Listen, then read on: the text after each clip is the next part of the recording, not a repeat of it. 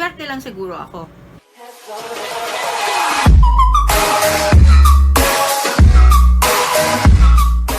Hello lovies! Welcome back to my channel. At kung bagong salta ka dito, welcome din sa'yo. This will be another Tip Tuesdays video. And for this week, my tips will be about how to secure your US visa.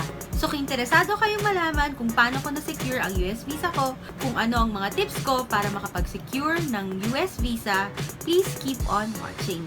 Disclaimer muna tayo. The following tips that I will give does not guarantee, I repeat, does not guarantee you a US visa. These are just based on my experience when I applied for my personal US visa.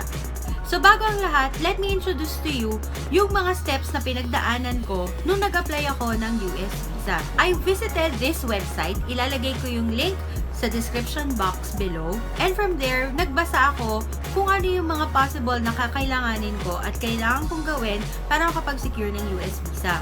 Please be very careful of scam sites. Napakarami nila. Lahat ng information na kailangan ninyo nandyan sa website na yan. All you have to do is a bit of reading. I will present to you a summary of what I read from the website. Umpisahan muna natin sa visa types. Hindi ko na sasabihin sa inyo kung ano pa yung iba't ibang visa types. Kasi ang in-applyan ko lang is the B1, B2 visa. According to the website, a B1, B2 visitor visa is a temporary visa for business, which is B1, or for pleasure or medical treatment, which is the B2 visa. B1 visa holders are travelers consulting with business associates, attending scientific, educational, professional, or business conventions and conferences, settling an estate, or negotiating contracts. While B2 visas naman are recreational in nature, including tourism, visit with friends or relatives, medical treatment, or activities of a fraternal, social, and service nature. Oftentimes, B1, B2 visas are combined. Ano ba yung mga qualifications para masabi na pang B1, B2 yung dapat mong i-apply? Number 1, ang entry mo sa country nila ay temporary. So, hindi siya pang matagalan. This is of a non-immigrant status. Number 2, it is a limited period of stay. Ang tip ko sa inyo, kung first time lang kayo pupunta, do not exceed 6 months. Kasi may mga narinig ako na mga nag-apply na ang dineclare nila ay 6 months to a year, hindi na-approve ang mga visa nila. Another qualification is the evidence of funds to cover your expenses. Another qualification is that you have residence outside of the US as well as other social or economic ties that will ensure your return. Ang gusto lang sabihin doon ay gusto lang masigurado ng US government na hindi ka magtatago sa bansa nila para magtrabaho. Kailangan lang mapatunayan mo na may panggastos ka at may babalikan ka sa Pilipinas. Ano ang mga requirements? Number 1 requirement is a duly accomplished DS-160 form or the non-immigrant visa electronic application. This is where you will fill out your application for a US visa. You have to be as honest as possible para hindi mo kailangang mag-memorize ng mga detalye pagdating mo sa interview.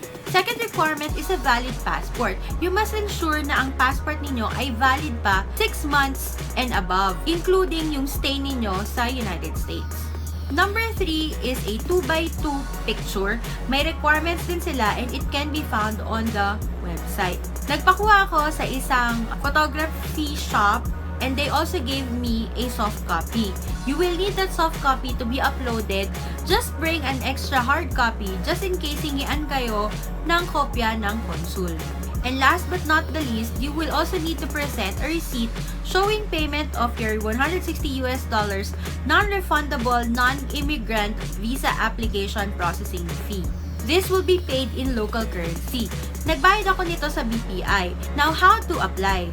Number 1, you have to pay the application fee. As mentioned earlier, I paid my application fee sa pinakamalapit na BPI bank. There are also other payment centers. You will also have to complete the visa application form, the DS-160. Third is to schedule your appointment sa website. Kung hindi naman kayo masyadong comfortable mag-schedule sa website, you can also call their contact center. I will put the numbers again sa description box. And number 4 is to visit the embassy where you will be applying. You will also need to bring the confirmation page of your DS-160. Yung actual application form, you don't need to bring that. Pero kung gusto nyo i-review yung mga answers niyo, you can also print that out. Pero hindi sinasuggest ng website na i-print nyo yung application form na yon. You will also have to bring your recent photograph, your valid passport, as well as old passports. Napaka-importante rin na dinadala natin yung old passports, lalo na kung maraming tatak na at marami na kayong iba't ibang visa galing sa iba't ibang bansa. Applications without the items mentioned earlier will not be accepted. Now, let's proceed with my personal tips. First tip ko sa inyo is prepare all your financial documents. Napaka-importante sa kanila na mapatunayan ninyo na kaya nyong gastusan yung stay ninyo sa US. And that includes airfare, accommodations, and other activities that you might be doing in the US. So, ano yung mga documents na pinipare ko? Number 1 is my 2316 or yung aking annual income tax return. Number 2, I also secured a certificate of employment with compensation. Number 3, nagpagawa rin ako ng bank certificate where it showed yung average daily balance ng bangko ko. I also secured copies of my statement of accounts up to 6 months just in case hingiin sa akin yung mga yon. If you have certificate of ownerships of any properties like houses, condominiums, cars, or businesses, it's also best to bring them with you. As for the expenses, mag-approximate kayo ng mga 50 to 100 US dollars per day at mas mataas pa doon kung may mga attractions kayong mga pupuntahan. Dapat ganun din kalaki yung laman nung bangko ninyo. When I applied, I brought all of those documents with me, but none of them were requested from me by the consul. Swerte lang siguro ako. Next portion is filling out the forms. Like I mentioned earlier, please be honest as possible para hindi kayo kailangang mag-memorize. Kailangan i-indicate nyo doon kung gaano kayo katagal magsistay sa US, kanino kayo magsistay, kung magsistay kayo sa mga kamag-anak o kaibigan. If you are staying with friends or relatives, make sure na alam nyo rin kung ano yung visa type nila kasi minsan tinatanong din nila. You will also be asked kung ano ang gagawin nyo sa US. Ang sinagot ko lang doon, mamamasyal ako. Scheduling your interview. I suggest you schedule your interview immediately after paying the application fee. Kasi nung nag-apply ako, yung schedule na naibigay sa akin is 2 months later nung araw nung nag-apply ako. Apply ako ng July, yung schedule ko ay September pa. So, ganun katagal yung hinintay ko for my schedule. On the interview day, number 1, it's very important that you make yourself presentable. When I say presentable, siguro naman okay na magsuot tayo ng collared shirt, kung meron kayong blouse or polo, yun ang gamitin ninyo. Hindi naman hiningi na magsuot tayo ng barong or ng Americana, pero just make yourself presentable. You're trying to make a good impression. Pagdating nyo sa US Embassy, you will be waiting at a designated area. Malapit itong area na to dun sa footbridge along Rojas Boulevard. May 2 linya na pwede nyong pilahan. Yung isang pila ata is for group applications, tapos yung isa is for individual applications. May mga ushers din na mag-a-assist and will call out yung mga appointment times. So, hindi talaga kailangang maging super aga. I actually went to the embassy mga 45 minutes earlier than my appointment. At kahit andun na ako 45 minutes bago yung appointment ko, hindi pa rin ako pinapasok kasi they only allow you to queue kapag 5 minutes before your appointed schedule.